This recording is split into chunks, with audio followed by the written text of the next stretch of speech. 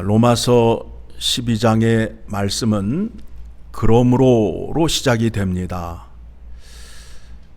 로마서 전체의 내용이 1장에서 8장까지는 교리의 내용으로 되어 있고 9장에서 11장까지는 이스라엘, 유대인들이 어떻게 구원을 받을 것인가에 대해서 말씀하고 있고, 이제 우리가 믿고 있는 교리를 우리의 삶 속에서 어떻게 적용할 것인가, 삶의 구체적인 증거와 적용을 위하여 이 말씀을 줍니다. 그러니까 앞에 말씀을 다 했어요. 교리를 다 말씀했어요. 그러므로 이제 너희가 어떻게 살아야 하느냐. 1절 보니까 그러므로 형제들아 내가 하나님의 모든 자비하심으로 너희를 권하노니 너희 몸을 하나님이 기뻐하시는 거룩한 산 제물로 드리라. 이는 너희가 드릴 영적 예배니라. 이 말씀을 쉽게 말하면 여러분들이 죽은 자였는데 예수 그리스도를 통하여 하나님의 생명, 영생을 받아서 산 자가 되었죠. 그러면 영생을 받은 자처럼 살아라, 이 말씀이에요. 구분이 돼야 된단 말이에요. 죽음 가운데 있었을 때 무슨 얘기냐? 하나님을 알지 못하였을 때 삶의 모습과 영생을 얻은 자의 모습이 같아야 된다, 달라야 된다. 달라야 된다는 거예요. 달라야 된다는 거예요. 여기 보게 되니까 하나님의 모든 자비하심으로, 그러니까 하나님의 은혜가 여러분들에게 선물로 임하였잖아요. 구원받을 수 없는 자에게 하나님께서 자기의 아들을 죽이시고 구원의 은혜를 우리에게 베풀어 주셨잖아요. 그 은혜를 받았으면 이제 산 제물로 드리는 삶을 살으라 하는 말씀이에요. 자, 이 말씀을 여러분에게 예레미야 31장 31절에 새 언약의 그 약속의 말씀을 통해서 우리가 새 생명을 얻은 자는 그렇게 살 수밖에 없음을 예레미야서 31장 31절 이하의 말씀에서 자세히 소개하고 있습니다. 자, 봅시다. 31절 같이 읽어 내려갑니다. 여호와의 말씀이니라. 보라, 날이 이르리니 내가 이스라엘 집과 유다 집에 새 언약을 맺으리라. 새 언약은 누구를 통하여 성취가 되죠? 예수 그리스도를 통하여 성취가 되잖아요. 그러면 여러분들은 이 새 언약의 은혜를 입은 자가 되었잖아요. 32절 시작. 이 언약은 내가 그들의 조상들의 손을 잡고 애굽 땅에서 인도하여 내던 날에 맺은 것과 같이 아니할 것은 내가 그들의 남편이 되었어도 그들이 내 언약을 깨뜨렸음이라. 여호와의 말씀이니라. 그들과 언약을 맺었는데 어떻게 언약을 맺었느냐 하면 손을 붙잡고 언약을 맺었다는 거 아니에요. 그런데 33절 시작. 그러나 그날 후에 내가 이스라엘 집과 맺을 언약은 이러하니 곧 내가 나의 법을 그들의 속에 두며 그들의 마음에 기록하여 나는 그들의 하나님이 되고 그들은 내 백성이 될 것이라. 여호와의 말씀이니라. 새 언약은 하나님의 말씀을 어디에다가 새겨준다고요? 마음에다 새겨준다는 거예요. 그런 다음에 34절 시작. 그들이 다시는 각기 이웃과 형제를 가리켜 이르기를 너는 여호와를 알라 하지 아니하리니 이는 작은 자로부터 큰 자까지 다 나를 알기 때문이라. 내가 그들의 악행을 사하고 다시는 그 죄를 기억하지 아니하리라. 여호와의 말씀이니라. 성령이 내 안에 들어와 계심으로 인하여 옛 언약을 받았던 사람들과 다른 현상이 나타난다는 거예요. 자, 그 말씀에 대해서 여러분에게 말씀을 드립니다. 자, 여러분들이 집을 사잖아요. 집을 사잖아요. 그렇죠? 집을 사게 되면 겉에 외형이 있고 벽돌로 집이 쌓여 있고 지붕이 있잖아요. 그러면 집 안을 들어가게 되면 집 안에 뭐가 있어요? 안방도 있고 부엌도 있고 화장실도 있고 리빙룸도 있잖아요. 만약에 그게 없으면 집이에요, 마구간이에요? 집이 아니잖아요. 그렇죠? 이해되셨죠? 하나님으로부터 오는 구원에 지금부터 말씀드리는 것이 없으면 그거는 하나님으로부터 오는 구원이 아니다라는 거예요. 미안하지만 어떤 게 있느냐 하면 하나님의 말씀이 어디에 새겨졌다고요? 마음에 새겨짐으로 인하여, 내 마음에 하나님의 말씀이 새겨짐으로 인하여 내가 생각하고 말하는 게 다 무엇을 근거로 말한다고요? 하나님의 말씀으로. 또 행동을 하는 데 있어서 누구의 명령을 따른다고요? 하나님의 명령을 따르잖아요. 내가 생각하고 판단하고 행동을 결정하는 곳이 어디예요? 마음이잖아요. 마음 안에 뭐가 새겨져 있다고요? 하나님의 말씀이 새겨져 있잖아요. 이 증상이 없으면 새 언약을 받은 사람이 아니라는 거예요. 자, 고린도후서 3장의 말씀을 보게 되면 사도 바울이 고린도 교회 교인들에게 공격을 받습니다. 우리에게 사도증을 좀 가지고 와라. 왜냐하면 고린도 교회에 거짓 교사가 들어왔어요. 그래가지고 하나님 말씀에다가 이것저것 막 섞었어요. 그래가지고 설교를 하는데 십자가의 순수한 하나님의 뜻으로 하나님께서 역사하시는 말씀을 전해야 되는데 사람들이 좋아하는 것, 그런 거를 섞어가지고 재미있게 말하고 코미디처럼 하고 그러다 보니까 고린도 교회 교인들이 그쪽으로 넘어가 버린 거예요. 그래서 사도 바울을 공격하잖아요. 너는 왜 말을 못하니? 왜 설교를 하는데 예수 그리스도의 십자가의 죽음과 부활 이외에는 다른 설교를 못하니 하고 공격을 받잖아요. 그러면서 요구하는 게 뭐예요? 사도증을 좀 띄워오라는 거예요. 그러면 사도 바울이 예루살렘에 가서 초대교회에 가서 그 야고보 장로님과 베드로에게 증을 하나 끊어달라고 해서 그걸 가지고 고린도 교회에 가서 봐라 이것들을 하고 내밀 수 있잖아요. 그런데 바울이 그 방법을 택하였어요? 택하지 않았어요? 택하지 않았단 말입니다. 어떻게 했다고요? 나는 너희에게 이러한 것으로 증명을 받고 싶다. 하나님의 말씀이 내 마음 안에 새겨져서 하나님 말씀에 순종하고 그 말씀대로 순종하는 모습으로 나는 너희에게 인정받고 싶다. 무슨 얘기예요? 사도 바울은 말하는 것과 행실이 같다 다르다? 같다. 가짜들은 말은 삼삼하게 하는데 말하는 대로 행동으로 옮긴다 안 옮긴다? 안 옮긴다. 이거를 주장하는 거예요. 자, 찾아봅니다. 고린도후서 3장으로 가게 되면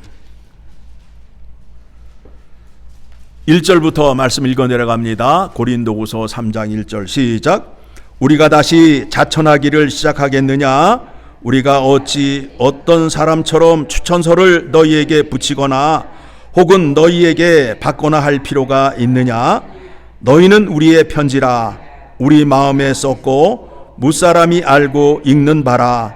너희는 우리로 말미암아 나타난 그리스도의 편지니 이는 먹으로 쓴 것이 아니요 오직 살아계신 하나님의 영으로 쓴 것이며 또 돌판에 쓴 것이 아니요 오직 육의 마음판에 쓴 것이라. 우리가 그리스도로 말미암아 하나님을 향하여 이 같은 확신이 있으니 우리가 무슨 일이든지 우리에게서 난 것 같이 스스로 만족할 것이 아니니 우리의 만족은 오직 하나님으로부터 나느니라. 내가 이렇게 말할 수 있고 이렇게 행동할 수 있는 것은 하나님의 새 언약의 은혜가 나에게 임함으로 인하여 그 능력의 말씀이 내 안에서 살아 움직여 역사함으로 인하여 그 말씀대로 따라 행할 수 있는 능력이 나타나는 것이다 라고 고린도 교회에게 말하는 거예요. 이와 같은 믿음의 능력이 바울에게만 나타날까요? 아니면 예수 그리스도의 이름으로 구원받는 모든 사람에게 나타날까요? 모든 사람에게 나타나죠. 왜요? 능력의 말씀이 어디에 새겨졌기 때문에? 마음에. 그 말씀은 살아 움직여 활력이 있는 말씀이란 말이에요. 그 말씀이 우리 안에 들어오게 되면 그 말씀이 고요하게 잠잠하게 잠자는 상태가 아니라 살아 움직인단 말이에요. 꿈틀꿈틀 거린단 말이에요. 그 말씀대로 행하지 않으면 미칠 것 같단 말이에요. 여러분, 오늘날 이건 심각한 얘기예요. 오늘날 예수 그리스도의 이름으로 구원받았다고 하는데 이와 같은 증상이 있는 사람이 많아요, 적어요? 다 구원을 받았는데 자기는 다른 방법으로 구원을 받아서 나의 믿음은 다르다는 거 아니에요? 나의 믿음은 다르다는 거 아니에요? 나는 그렇게 안 믿어. 내가 생각하는 하나님은 그런 하나님이 아니야 라고 주장을 하잖아요. 우리의 모든 판단과 근거는 하나님의 말씀인 성경이 돼야 되잖아요. 성경이 그렇게 말하고 있는데 성경을 안 믿고 다른 것을 믿고 다른 걸 따라간다면 그거는 2단이에요, 3단이에요? 2단, 3단 다 되는 거죠. 심각한 거예요. 자, 그런 다음에 또 어떤 증상이 나타나느냐 하면 하나님의 말씀은 죄인들에게 다가오면 그 말씀이 우리를 깨닫게 해요. 우리를 깨닫게 해요. 그러면 우리가 그 깨달음을 얻게 되면 우리 마음이 어떻게 돼요? 괴롭다고요. 괴롭잖아요. 그래서 하나님의 말씀은 찌르는 말씀, 자르는 말씀, 불같은 말씀, 방망이 같은 말씀이 되는 거예요. 그래서 말씀이 여러분의 마음과 여러분의 심령을 찌르고 자르고 두들기고 불태우는 거예요. 그러면 어떤 증상이 일어날까요? 어떤 증상이 일어나요? 고요히 잠자는 현상이 일어나요? 회개 현상이 일어나요? 회개 현상이 일어난다고요. 그 말씀을 들으면 가슴에 안고 도저히 살아갈 자신이 없는 거예요. 괴로운 거예요. 그래서 누구 앞에 나와요? 예수 그리스도 앞에 나올 수밖에 없다라는 거예요. 자, 그 말씀 또 확인해 드립니다. 사도행전 2장 37절을 가게 되면 베드로가 설교를 합니다. 오순절날 설교를 합니다. 자, 같이 읽어 내려갑니다. 사도행전 2장 37절 시작. 그들이 이 말을 듣고 마음이 찔려 베드로와 다른 사도들에게 물어 이르되 형제들아 우리가 어찌할꼬 하거늘 베드로가 이르되 너희가 회개하여 각각 예수 그리스도의 이름으로 세례를 받고 죄 사함을 받으라. 그리하면 성령의 선물을 받으리니. 자, 여러분, 구원을 얻으면 새 생명을 얻었다고 그러잖아요. 생명이 있는 자는 안 먹으면 어떻게 된다? 괴로움을 느끼고 죽는다. 그렇죠? 하나님의 새 생명을 얻은 자는 하나님의 말씀을 먹지 않으면 괴로움을 느끼고 영원히 죽음, 갈증을 느낀단 말이에요. 그런데 또 교회 안에 보게 되면 하나님의 말씀을 듣지 않아도 나는 괜찮아 하는 사람들이 많아요, 적어요? 많잖아요. 여러분들 애 낳고 애 길러봤잖아요. 그 아이가 엄마의 젖을 빠는데 어떻게 빨아요?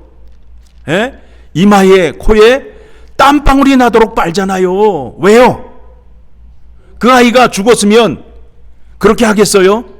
아니잖아요. 온 힘을 다하여 엄마의 젖을 꿀꺽꿀꺽 삼키며 힘껏 빨잖아요. 왜요? 살려고.